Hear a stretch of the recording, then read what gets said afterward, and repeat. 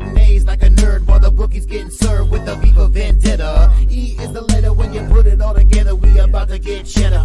Dave got picks and he turning out tricks. Pimp slapping like Mike in Clash of the Titans. Producer won't look this way, cause we already stoned his piss from Dave. Yeah, I'm gone. And it's R.I.P. to the bookies. R.I.P. to the bookies. R.I.P. to the bookies. R.I.P. to the bookies. Together with Euro Sports Bets, yeah, the twins, they be checking in. Stacking up, green is the scene that you're stepping in. Winning is a trend and we stay making dollars. Nerd talk with the sports bet scholars. Yeah, Mike M. Picks from Dave. Earl Sports Bets. This is Nerd Talk, motherfuckers.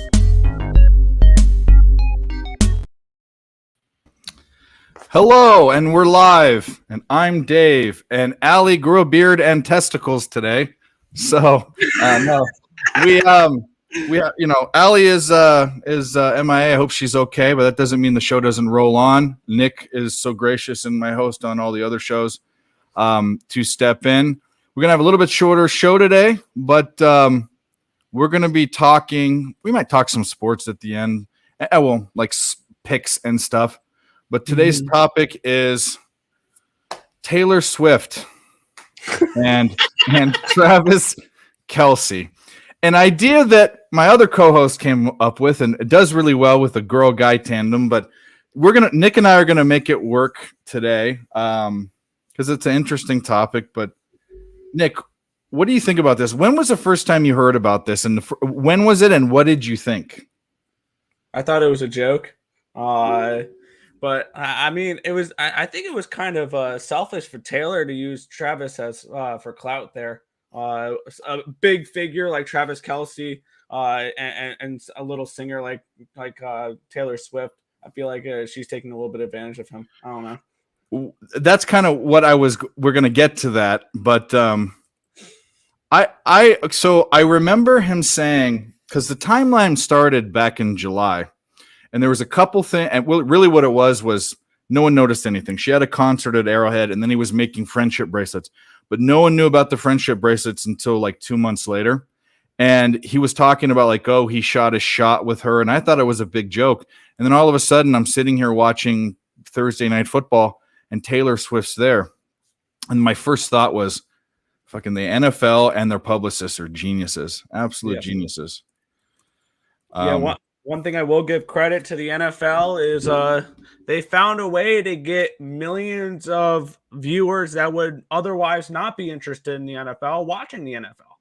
I will give them credit there because how many people are just big Swifties that know nothing about football, that can care less about football, all of a sudden was turning on football to see Taylor Swift. Yeah, I don't know. We'll get to the chat real quick. I assume this is going to be a very low watch show because it's going to go quick. We had to repivot, but I'm not going to put a product out. So yeah, Tim says Allie got ugly. Well, Thanks. I appreciate what does that say about you, Tim? I don't know. Yeah, Bruins smash, trifecta, Patriots suck. What's up, guys? Thanks for showing up. Like I said, we made a pivot here at the end, but the show will go on. But anyway, I pulled up the timeline just out of curiosity. Like I'm not a big pop culture guy, but when it runs into sports, obviously we watch so much shit about that now I know way more about Taylor Swift than I ever wanted to. Well, first, actually, let me ask you this. I don't get her mystique. It's like Pete Davis. How do all of these like hot shit? Well, I know what that is. And that's why I'm kind of wondering, like the rumor is that Pete Davis gets all these chicks because he has a well hung swinger. You know what I mean? But or he's good and bad or something because he looks like a weird he's fucking weird looking to me. He looks like one of those awkward nerds that would be eating lunch from his locker. He looks like he's part human, part alien, part animal. Like he looks like just very strange. Like he's from a country that in the Southeast Pacific that no one's heard of or been to, like an island, But anyway, enough about him. I don't get her mystique too. Like she's a pretty girl, but she's getting, and she's an okay singer. I mean, she's not the greatest singer in the world. She puts on a decent act, but I mean, when you look at talent-wise, there are so many more talented singers, and I know I'll probably get a lot of shit from saying that from a lot of Swifties, but she's not the greatest singer in the world. She's very talented, but she's not like the most talented singer we've ever seen.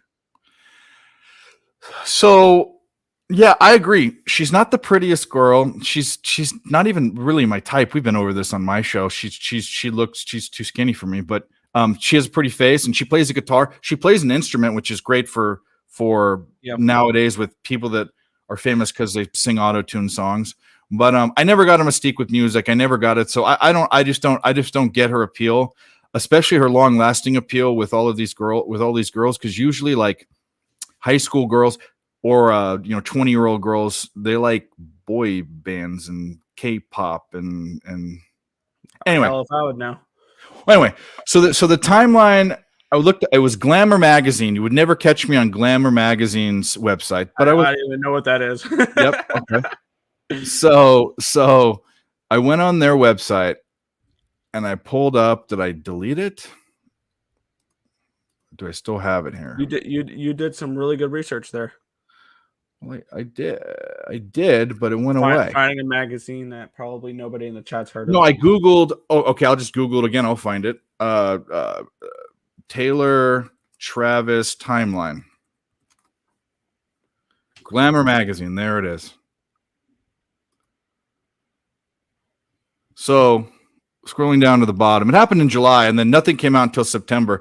And then they're just basically like, he's seen here with her. He's seen outside of her place. Saw him in the morning. Everything's happened within the past month, and then it's been really quiet for a week or two, which makes me kind of think like it was totally a ploy from the beginning. Like obviously, they probably think each other are attractive, but I mean, if this disappears in 2 weeks, then you know what's up. Mm-hmm. Yeah, and I saw a funny video like a few weeks ago with somebody talking about this, saying that Taylor Swift is playing 5D chess with this whole thing because you know where she's from. She's a Philly girl. You know what she is. She's an Eagles fan. And who's the biggest threat to the Eagles for the Super Bowl in the AFC? The Chiefs. If those two teams played against each other again, she'd break up with him a week before the Super Bowl, mess them all up, and the Eagles win. So she's playing 5D chess. Well, I mean, that's funny. I kind of wonder, like, I mean, the biggest question for me is who this benefits more. And Travis. Obviously it does, but I wonder what's in it for her. Like, what? Okay, so she's worth. I looked at what she's worth. Some places say she's worth 350 million. Others say 700 million. I mean, let's say she's in the triple digit. No, let's even say 300. He's worth 30. He's worth 10. She's worth 10 times as much as he is. So what is she getting out of it? I mean, what she gets out of it is all of the male football people fans that maybe buy her record. They don't even have records and they buy her shit, right? Mm-hmm. Yeah. But for him, he gets all of these girls that look at jersey. Look at the sexy guy. How much? Like, yeah, it's brilliant. And the NFL is brilliant for pushing it too. And they talked about it going overboard. Him and his brother on their podcast, and they panning over to her. Yeah, but just it's they're absolutely brilliant because 500,000 people that didn't even know who Travis Kelce was now are following him and buying his shit. It's amazing. Oh yeah, he's making a lot more money because of this. I mean, if you think about it, it's beneficial for both parties because you're getting people who probably watch. I'm assuming more people know who Taylor Swift is than Travis Kelce. I would assume that because Swift is a global superstar. Like she is like that big. But it benefits both because it kind of draws in the football fans to Taylor Swift. Now, I mean, nobody gives a fuck about Taylor Swift as a football fan, though, and we're honestly tired of seeing her every single time that Kelce scores a touchdown. But it also I think it's more beneficial for the NFL because it's drawing in all of these Swift fans to the NFL who would have never watched it beforehand. Mm-hmm. I think the NFL is the bigger beneficiary for this whole thing. Oh, absolutely. Actually, Travis Kelce's the biggest because he can have a life after football now. or life outside of football. Not that he didn't get some stuff going with commercials and stuff in the offseason. Now he's going to blow up to the moon. Smart guy. And Tim, by the way, Jay, this conversation was meant to be with a girl and a guy, so it's a lot less entertaining. A lot less entertaining with two guys, but actually it might even be more because we don't know what the fuck we're talking about. Well, we kind of do, but I don't know. Tim, you're wrong. Taylor Swift is not stealing anything. Yeah. Jojo Rabbit's got it down. She's playing 5D chess. She's going to break his heart. Absolutely. The fuck was that? And it's going to be, and she's going to wait for the Eagles to play the Chiefs in the Super Bowl, and she's going to do it the week before the Super Bowl. It's all going to be part of her plan. And what does she get out of this? One hell of a breakup song. Because why does she do that? Because she does this with every single person she dates. So that's why that was another thing on my list to talk about. If let's say you're absolutely infatuated with Taylor Swift and you have you're in some sort of position like Travis Kelce to date her, like you're famous or rich or something. Why would you? Why would you? Then if you really like fall in love with her or whatever, like then she writes a bunch of songs and you don't wonder which one's about you and like it's in your head. It's just it's lingering on. No, I'd pass. I mean, why couldn't he start dating Kate Upton? That would have been better. Look at her all the time. That's Justin Verlander though. Yeah. Well, I know it is. What's up, Big Snizzle? Yeah, Angry Dad comes in, and the one show that he comes on is the one where the co-host isn't here, and we're talking about Taylor Swift. So we run other shows, by the way. You just happen to hit the jackpot, Mikey D. You've made it to the least best the best one. It's going to be the least worst, viewed in all of that. The worst one possible. Yeah. I was going to go over a list of I have a list of other celebrity like couples that were just kind of strange, but a lot of these you might not even know. I mean, you might be too young. Yeah, I'm probably not the right person for this. This is definitely meant for Allie. Yeah, this was again meant for Allie, but I mean, we'll go over some that you may know. You don't know Andre Agassi and Steffi Graf. They were old tennis players that were two of the greats ever. Nope. Lance Armstrong and Sheryl Crow. I've heard of Sheryl Crow. Yeah, I've heard of them. Lance Armstrong was the guy that cheated and has one testicle and he rides bikes. Yeah, and Sheryl Crow is a singer. I've heard of her. David Beckham and Posh Spice.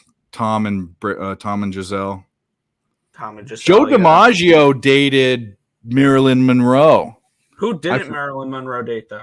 Well, what are some good ones here? You don't know who Jenny Finch is. It's this your pretty guess last week turned into a Harry Stroh's fan. Yeah. Hey, the Strohs are up 3-1, so I'll definitely take it. So. Oh, Phil Jackson and Jeannie Buss. Jeannie Buss that's a coach and an owner. That doesn't count, right? These are all ones that she'd know about. Like you wouldn't know any. You wouldn't know John McEnroe and Tatum O'Neal. John McEnroe was John McEnroe, the tennis player. Tatum O'Neal was the girl pitcher in the Bad News Bears from the 70s. She was a childhood actress. Yeah, I'm definitely not meant for this topic. Yeah, okay, you know this one: Lamar Odom and Khloe Kardashian. Okay, yeah, middle of piece, right? No, that was Ron Artest. Lamar Odom. No, yeah, we're not talking about famous. We're talking about a famous sports person and a celebrity. Oh, Megan Rapinoe and Sue Bird. Megan Rapinoe, Sue Bird. Yeah, she. Anyway, I didn't know. Quite the topic. Aaron Rodgers dated Danica Patrick. Did you know that? I did not know that. I bet she drove him crazy. Thank you. Well, we won't be here all night. Another one you didn't know. Another one you won't know. Another one you won't know that's interesting. Oh, there's Verlander and Kate Upton. Booker and Kenner. Boogeyman says. Yeah. Devin Booker and Kenley. Yeah, Eva Longoria and Tony Parker, right? Oh. Yeah. Yeah. There's just a bunch on here that you won't even freaking know. It's crazy. Let's move on. I'm not even going to pretend to. Fuck it. Yeah. All right. Well, that was a good segment. Well, quite the segment there. Let's turn this bitch upside down then. What do we got for the rest of the night, and we'll get out of here. Most of my action is on the ice later. We are a lot of West Coast action for me.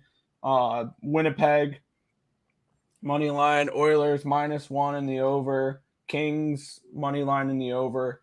A little Sam Houston State outright, +160 and +4. And then the baseball game, Arizona, LA, first 5 under 5.5. Hopefully that'll help conclude hopefully a decent day. Right now I'm sitting on Montreal +246 and team total over 2.5. They are currently up 2-0 with 15 minutes to go in the second period. And the Phillies, I have them first 5 full game. They are currently beating the ever living shit out of the Atlanta Braves, which is fun to watch, 10-2. So yep. It's been fun. On the Phillies, right, definitely. I'll give out if anyone cares or anyone wants to bet hockey. Let me see what football games haven't happened yet. The FIU game has gone off. Yeah, I didn't see until late that FIU game moved to a 3. If I would have noticed that, because I had that game at a pick, but we didn't. I didn't see that until late. I saw that it was like 6:30, and I saw it was up to a 3. I'm like, damn. I got it at 3.5. So we lucked out on that one. Can you still? Oh, I'm not hitting this. I won the under in the UTEP FIU game. That's the good thing I didn't give it out. But I do have 3 other plays. If you guys are interested, if you like juice, take the Dodgers first 5. Pafart was one of the worst first 5 money line pitchers in the league. He also was bad his last game. He's young. So on and so forth, and the Dodgers need to get going. It's juicy. Take the Dodgers first 5 money line. The next one, I'm going to say these are my bets. I'm giving them out as plays. Hockey is my least. I'm still learning, but I think I land on some decent spots. I'm taking an alternative kind of gambler's first glance type of thing. Edmonton against Vancouver. I have the under 6.5. Tim says I should have waited. It goes up till 7. I got plus money on. If you find a 7, find a 7. I agree with that actually, but there's no 7s. There's no point in getting the 6.5 at plus money unless you think it's going to actually be like. But I would rather lay a little bit of chalk with a 7 rather with an under. Yeah. Than take the 6.5. I think Vancouver is not very good. I think Edmonton has a hot offense, and even though I think it was like 3-2, or 4-1, 3-1. Anyway, that's that bet. I can see 4-2 Edmonton. Yeah. And then Lenny, we Allie grew a beard today. Yeah. And then I'm on the other side. I'm on the Avalanche. So take it for what it's worth. The Canucks. But thanks, guys, for showing up. We're going to end here. Usually the show will go twice as long, and there will be a female guest. But this show is really about topics to get a perspective from a male and a female. You got 2 male perspectives on a very effeminate, maybe not effeminate, but pop culture, less sportsy, less masculine, less type A type of topic. There might be multiple guests coming on, but we're going to try to always make it myself and a female co-host, and hopefully Allie's still, hopefully she's okay because I haven't heard from her. But that's neither here nor there. Nick is always willing to step in. We got this Taylor Travis stuff out of the way, and I can't forget about Connie Lingus and Karimo Wheat. 3-0 Canadians. There you go. All right, guys, hit the like button if you're here. We love you guys. Friday nights, Nerd Talk. Saturday, the mega unnecessarily long all-day college football stream. And Nick's got a show here if he wants to talk about it in about 40 minutes with 40 minutes. Early plays to Pimp Slap. We'll be talking college, NFL, and Dave's favorite, the teaser section, too. The teacher section? Teaser. Oh, yeah. How we doing on that? I am 3-2 so far this year, so you're profitable. Yeah, profitable so far. What are they all minus 110s? They're 120 because it's the way I do it. It's 2 sides. If Mhm. you did totals involved, it's a 110. But the two sides, they understand that that's more of a positive EV, so they juice it a little more. Mm. All All right, cool. We're gonna get out of here. Like I said, apologies for not the right format, but I'm not gonna. You guys know me. I'm not no slouch. I'm gonna put out a show, even if I got to pivot. And yeah, would like the teacher section also. I would like the teacher section. Detroit. We are both freaking pervy pervs. What up, wine time? We're shutting this down a little early. We kind of went through it. If you want to go watch it, it's two bearded guys talking about Taylor Swift and Travis Kelce. So obviously a topic that was meant for other people. But either way, thanks guys for watching. We love you. I'm gonna end the stream. Good luck tonight on your bets. We will see you soon.